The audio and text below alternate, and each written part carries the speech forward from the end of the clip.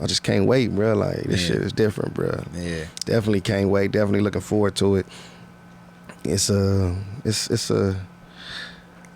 say it's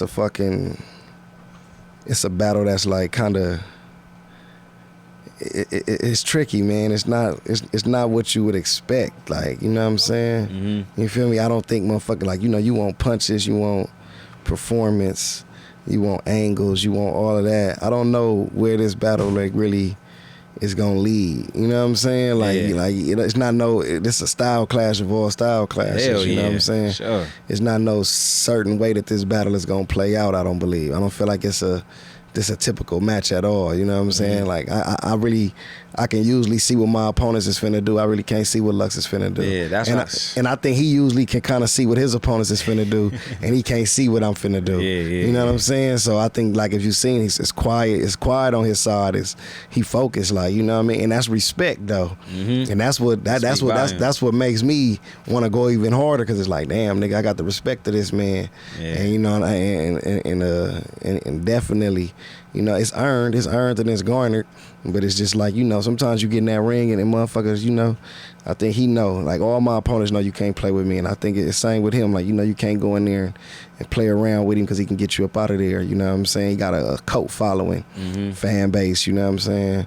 And the penmanship is there with him. You feel me? Definitely. Yeah. But this gonna be one, man. I'm excited, man. I'm just like, fuck, nigga. This shit like a week away. Look, like, what the fuck? Yeah, man. It's getting closer and closer. Fuck. It's funny, because I was talking to Ken about it, like, and I was telling him, like, it's kind of like what I think is gonna end up happening is gonna be like kind of like the Kanye and Drake album release type thing. I think you gonna go up there, and right now you considered the best, arguably you considered the best in battle rap right now. He considered the best of all time, arguably. So it's like a thing of he gonna go in there and do what he do, and the fans is gonna either like it or they not gonna like it. You gonna go in there and you gonna do what you know you're supposed to do. And more so, it's gonna be what the fans like. You know what I'm saying? So that I kind of made that era thing. It's an era thing where it's like I've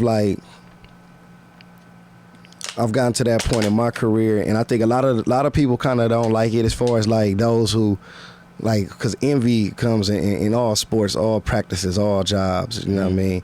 So you gonna have those battlers that got love, that's like, nigga, I love to see Geechi on top, like, running the game, like, this nigga opened the door for us to, you know what I mean, get this type of bass, I mean, because when you realistically look at it, as long as those guys were around, salute to the Luxes and the Mooks, pioneers of this sport, you know what I'm saying? Big pioneers of this shit. They've transcended the game in certain ways. But the game elevated, you know what I'm saying? The game elevated, and I was at the forefront of the game as it was elevating.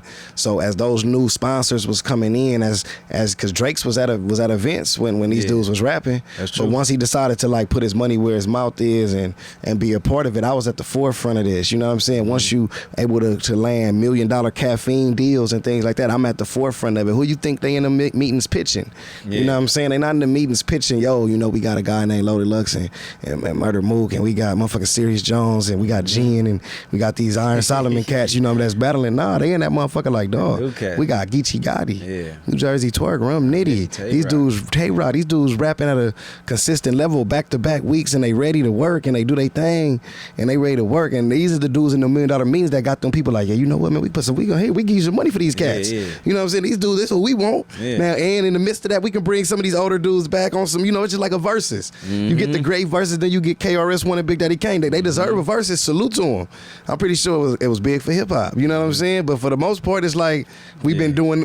This ain't what sold versus. Versus wasn't built on KRS and Big Daddy Kane. It was like we would love to see it after we see Gucci and Jeezy. After we see Snoop and DMX, nigga. After we see, you dig what I'm saying? After we see all these E40s and Too Shorts, and we see the Locks and Dipset. You know what I'm saying? We see all these matchups that we've been wanting to see. Then we bring our forefathers back in who can spit with the best of them. You know what I'm saying? Who opened the door for all these people we talking about. We gonna bring them back and get some nostalgia. But nah, when we pitching this shit to the people and trying to get the money involved, we gotta bring a certain, you know what I'm saying, creed to this shit. And I think that's where I came in. You know what I'm saying? A lot of them bags that these dudes is getting is a true testament to my hard work and consistency. People don't want to hear when you talk facts though. It's just facts. You know what I'm saying? Like we talking caffeine. The very first event that they sponsored and put their name on, I was the headline, billboards, everything. Then I done been on many a headline. I probably headline more caffeine events than anybody since that day. You know what I'm saying? Every time it's a big card. No, Summer Madness, I'm at the top of that motherfucker. Every now and then you probably see somebody try to come back and you throw them in there. Them dudes are tight. You know what I mean? They give them a little shine. And I fall back like, man, I ain't even tripping. You know what I mean? Let them be at the top, but they ain't the battle they coming to see. You know what I'm saying? We know what they coming to see. Like, go ahead, put their name on there so they can feel good. Don't cry because you ain't paying them what they want to get paid. So putting them at the top of the flyer is enough to make them feel like they was getting them. You know what I mean? Like, that's good. You feel me? But me, nah, man. I come to work, you know, so that was a selling point. So I think even with this matchup, this is also one of those where it's like, usually when they get in the ring with a lot of cats, they can Lil Boy them. Mm-hmm.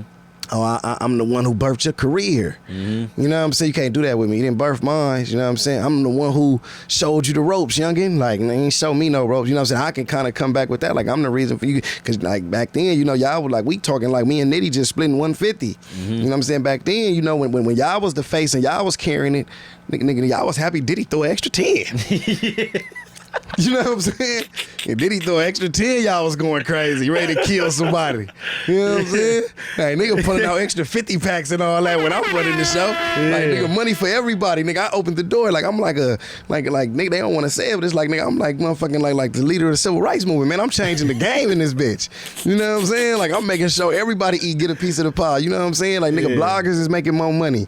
You know what I'm saying? Nigga, rappers is making more money. Leagues is making more money. You know what I'm saying? Everybody make venues. Everybody getting more money now that I'm here. You dig what I'm saying? I think that's a conversation piece that they kind of fall back on and don't want to hear a lot of times. You know what I'm saying? Because all they look at it is, Geechi new in the game.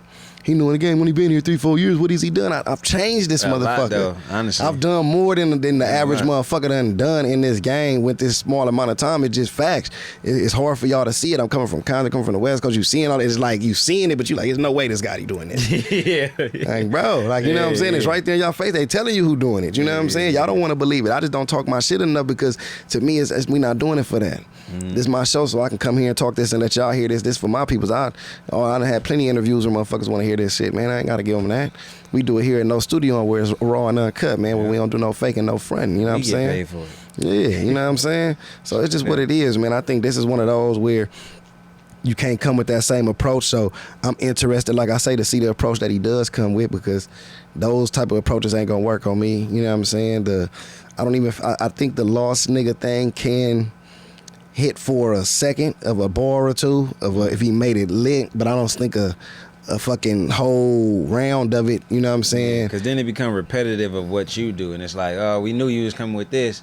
It's like, and then it comes off like a one-trick pony type of thing. I don't believe that can happen. I think he too intelligent to try for that. Yeah. So I think he can come with a line about it like nigga whoop whoop and spit somewhere they like, oh shit. Yeah. But like I don't think Lux is somebody that's gonna come with an angle of like, oh nigga, you this and that in the streets, because even then I've shown so much of my life to the people that they've seen my brand elevate. You know what I'm saying? Where you hardly ever hear me talk about street violence and things of that nature, man. When you see me outside of the battle rap realm, man, it's always positive shit. We doing give backs for Thanksgiving and toy drives for Christmas, and you know what I'm saying, we opening up businesses, man, and we there to support black men and black women and protect them and do things of that nature. It's always positivity that my name is really seen in, but they try to highlight the negative shit or highlight to defame the character, you know what I'm saying? It never works. So I think a lot of times that's another thing that brings the hate too, because it's like motherfuckers like this motherfucker, you know what I'm saying, getting so much love every time we say, oh, if this was anybody else, it's like it just don't work, man. You know what I'm saying? When it's real, you can tell it always prevails. So I think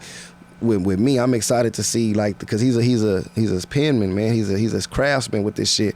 I'm really like, I'm more so in tune to hear like, that was the bar he decided to, all right, like let's do it. You feel me? Like I'm at that level with it, man. I'm at peace with the whole situation more so than anything. I'm outside, I know my ops can't stand me.